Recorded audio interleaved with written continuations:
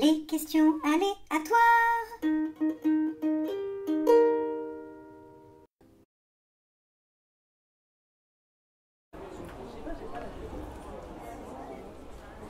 Alors, je prends une question, c'est ça?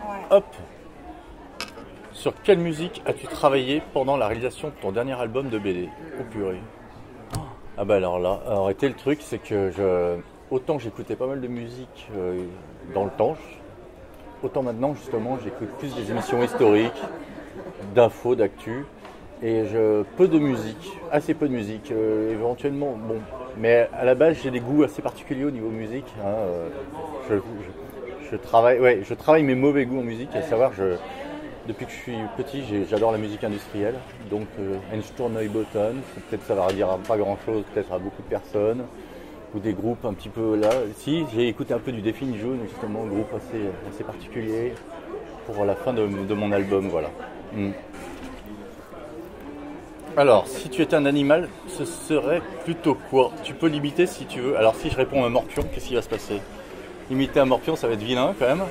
Donc, je vais éviter le morpion. Le ténia, c'est pas une bonne idée. Si j'étais un animal, qu'est-ce que je pourrais... Oh putain, un animal, c'est vache. Si tu étais un animal, je serais plutôt quoi? Oh, quelle question de... Enfin, je réfléchis. Allez, un papillon. Comme ça, il a deux trucs. D'abord, c'est la chrysalide, la chenille, et après, il devient papillon. Là, pour l'instant, j'en suis à l'étape chenille encore. Quand j'en serai à l'étape papillon, je ferai signe, ça sera magnifique. Je serai solaire, comme je disais. Possèdes-tu un objet porte-bonheur, un gris-gris? Alors là, non, je suis pas tellement matérialiste. C'est pas vraiment un objet porte-bonheur, mais c'est des objets qui me suivent. Mes grands-parents m'ont offert des masques asiatiques lorsque j'étais enfant, qui venaient de Bali.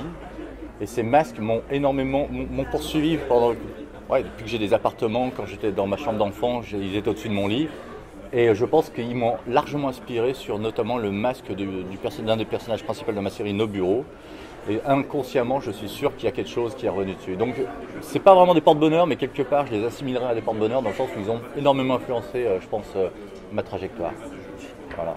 Alors, te souviens-tu de la première BD que tu as lue? Putain. La première BD que j'ai lue. Là, j'ai pas de souvenir vraiment de première BD que j'ai lue. Les premières, oui, mais la première, peut-être un pied nickelé, un vieux pied nickelé peut-être, très très vieux. Ça, c'est possible. Où il manquait 2-3 pages, mais bon, peu importe. De toute façon, on passe d'un casse à la banqueroute et de nouveau, ils deviennent milliardaires en assez peu de temps. Donc ouais, peut-être un pied nickelé ou des vieux tuniques bleues aussi. C'est mes premières lectures, ça, j'imagine. Ouais. J'avais pas grand-chose chez moi quand même. J'allais beaucoup traîner en bibliothèque. Et voilà, les souvenirs que j'ai, ce serait pied nickelé, tunique bleue, Lucky Luke, bien sûr, sans doute, des choses comme ça. Ouais. Ah. Que dire aux fans d'Oko pour les consoler, car c'est fini et ils sont tristes? Oh mince, effectivement. Alors, il faut pas être triste. Faut pas être triste. Là, je vois que c'est une question spéciale pour moi. Mais il faut pas être triste, il faut s'en remettre. Déjà, il existe plein d'autres choses, plein d'autres séries justement qui méritent d'être découvertes, qui permettront de faire le deuil. Et en plus, pour l'instant, j'ai mis le mot fin parce que vraiment, pour être en accord avec ce que je m'étais fixé au début, 10 albums, pour être en accord par rapport justement à la série, aux personnages, avec moi-même, et pour pas se mentir, je trouvais qu'il était logique à un moment. J'ai pourtant essayé de réfléchir pour voir s'il y avait des alternatives et tout, mais même si j'ai trouvé des débuts, c'était pas comme j'imaginais. Donc pour plein de bonnes raisons, et même pour respecter justement les lecteurs, j'ai décidé pour l'instant de mettre le mot fin. Mais si dans quelques années, on ne sait jamais, après je ne veux pas non plus susciter de faux espoirs, mais d'un seul coup une idée fabuleuse revenait, émergeait, qui serait digne d'intérêt, ou en tout cas que je jugerais comme telle, peut-être que je reprendrais à ce moment-là mon bâton de pèlerin, irais rejoindre mes personnages sur les routes du Pajan. Qui sait, on ne sait pas. Mais d'ici là, j'espère que j'aurai quand même trouvé d'autres idées pour faire d'autres récits qui vous plairont. Voilà, on verra. Ouais, cool. Non mais c'est bien, c'est sympa en même temps.